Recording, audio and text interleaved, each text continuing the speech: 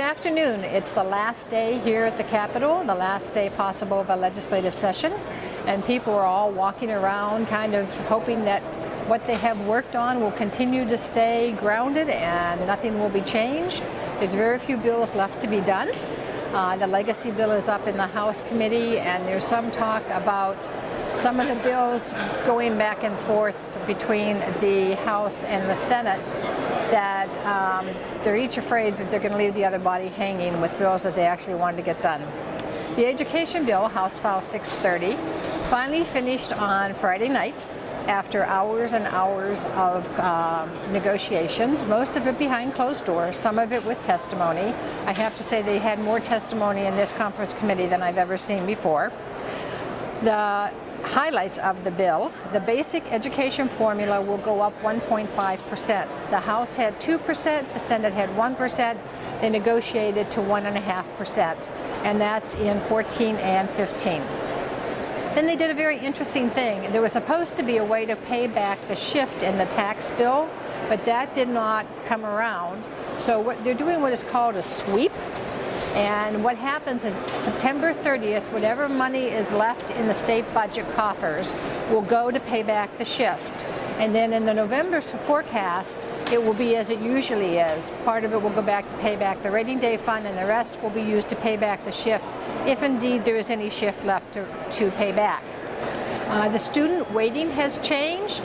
Students K through 6 are now at 1.0. and 7 through 11 are now at 1.2. A half-day kindergarten student is at 0.55. All-day kindergarten has been funded so that everybody can take advantage of that. However, it is not mandatory, so parents do not have to send their children, and school districts do not have to offer it, but it looks like it's a very big push by the legislators here, as they believe that that and pre-K are extremely important in closing the achievement gap. There's a STAR-based program. There's a STAR-based program, which is QComp, which is very interesting. They didn't really put any money into QComp, but it's no longer, it's now a grant program, and the amount that they did put into that was $500,000. So they're changing the QComp in some minor ways. The compulsory attendance age, which I have to say Chair Uyghur has been working on for at least 10 years or more. He has always wanted it to go to 18. Now it is at 17 unless the student has already graduated. So they feel that the money to fund that will come from some of the formula increase. A big deal in the House and the Senate was the cutting or the elimination of the cut scores. And what they have done, instead of having a grad test, they are eliminating the cut scores on the premises that one score should not determine whether you go to college or what you do with your life. They're going to start to test in 3rd grade and do tests throughout the years, and they will be testing for career and workforce readiness and see what skills students are actually good at. The teacher licensure program is now for a 2-year extension. They had teachers testify that they could not pass the licensure test, especially the writing test. One teacher had a disability and came in and talked about that. They were going to extend it for a 3-year temporary license, and they went down to 2, and they developed a task force to look at that. Rochester stays in the compensatory pilot, which is not really a pilot. It's been around for quite a while. They added some other school districts to that. Now, one really big thing is the board, the school district board, can approve up to $300 per pupil unit without a vote of the people. And that's for levy, for equity. So we will see how that goes through. That's a tough choice for a lot of school district board members, but it does give you some local control, and you're able to do up to that $300. They gave you $1 million in school nutrition, which is like a half a cent a lunch. I jokingly said that could buy a bean, but I don't know how you feel about that. There's not a principal academy this time. All-day kindergarten has to be 850 hours, and you have to have 165 days annually in grades 1 through 11, unless you have a 4-day school week, which are still in place. They changed the referendum revenue to be per adjusted pupil unit from resident marginal unit. They made changes to the career and technical legislation, and you can be eligible for career and technical revenue equal to 35% of your approved expenditure.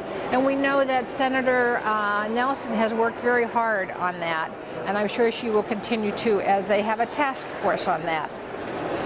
Extended time money increased to $5,017. Gifted and talented went up $1 a student to $13, but it also says that you must incorporate and look for gifted and talented students in the underserved populations in the ELL student population. The general ed aid from the state this year will be $6,051,766,000 for 14, and $6,370,640,000 for 2015. School districts are encouraged but are not made to do mental health classes, but they're encouraged to provide them for their classes and their students in 6th through 12th grade. And they want to develop a career and pathway and technical education administration task force. So they're developing a lot of task force in this bill. The world workforce was a big piece from Chair Marquardt. His goal is to have all students graduate from high school by 2025 or 2027. That's a really loftable goal, and the one thing he said was, well, what 2% do you want to leave out if you want to make it 98%? So he said he thinks you have to have that type of goal to be able to close the achievement gap.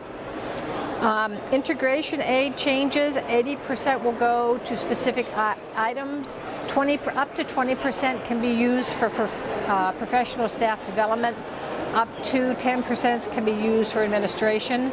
The commissioner will develop the agenda, and they also covered truancy, prone restraints, and safe school levy now includes money that can be used for laminated glass, public announcement systems, emergency communication devices and equipment, and faculty modifications related to security and violence prevention.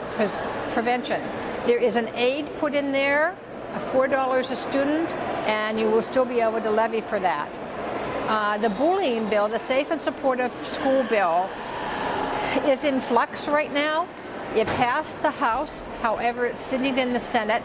The Senate Republicans have said that they will filibuster it right to midnight and past if they have to.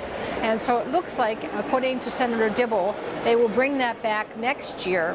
I talked to the people that are pushing it, and I suggested that they at least put it out a year so that school districts would have time to get used to it. They thought that was probably a pretty good idea. So we'll have to wait till midnight tonight to see if that bill actually goes through the floor.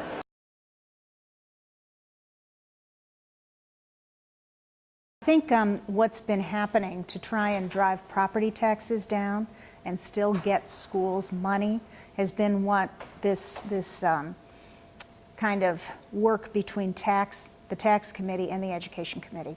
First and foremost, the first $300 of Rochester's levy can be renewed simply with board discretion, and that's equalized at a really high rate so that the people of Rochester should actually see a decrease in their property taxes, and yet the schools will retain that $300, and then it won't have to go out for a vote. On top of that, they have a new revenue called the location equity revenue. The location equity revenue, that's a new revenue stream, allows school districts outside of the 7-county metro area that serve over 2,000 students can take $214 out of their levy and preserve it. By school board discretion, they can simply levy it. They do not have to go to the voter on that, because that's being given to school districts because of the difference in the cost of living and the price and the cost that those regional centers, like Rochester, have to pay their employees. Well, I actually think that both of those issues turn to school boards and say, you now have the control whether you're going to do this or not. It's not being done here at the legislature. What they are doing to help school boards is by equalizing that at a factor that's much, much higher. That equalizing factor hasn't moved since 1993. It's moved, and that's going to make a difference to Rochester voters. What do you think of the bill as a whole? Bill's really kind of interesting. First off, it's $500 million given to school districts. This is the first time in 10 years that we've had that kind of money. And I also think what's smart is that they've put some in early childhood, obviously all-day K. They've moved a lot of dollars around, 1.5% and 1.5% on the formula for your standard K-12 kids. Something that a lot of people may not know, they've changed the pupil weightings so that all K-6 kids are going to be 1 and all 7-12 are going to be 1.2. That might play around with your numbers, so you really have to kind of figure those numbers out for you. But I think that's pretty good. I also think that what's terrific in this bill is a new integration formula that really moves kids and asks for a lot of accountability. And then the change in an aligned assessment so that the kids actually have assessments that are relevant, diagnostic, predictive, and actually help kids know what they need in order for career and college readiness. It's a big deal.